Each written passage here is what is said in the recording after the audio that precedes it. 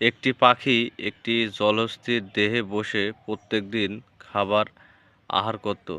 হঠাৎই একদিন একটি এই বিপদের সম্মুখীন হলো জলস্থিটি। জলস্থির পানির ভিতরে একটি খাবার শিকার করতে গিয়ে তার মুখের ভিতরে বেঁধে গেল বিশাল একটি গাছের ডাল। তখনই জলস্থিটি বুঝতে পারল সে বিপদে। পাখিটিও তৎক্ষণাৎ সেখানে আহার করতে এসে দেখলো অন্য দিনের মতো তার বন্ধু কাতরাচ্ছে জ্বরে।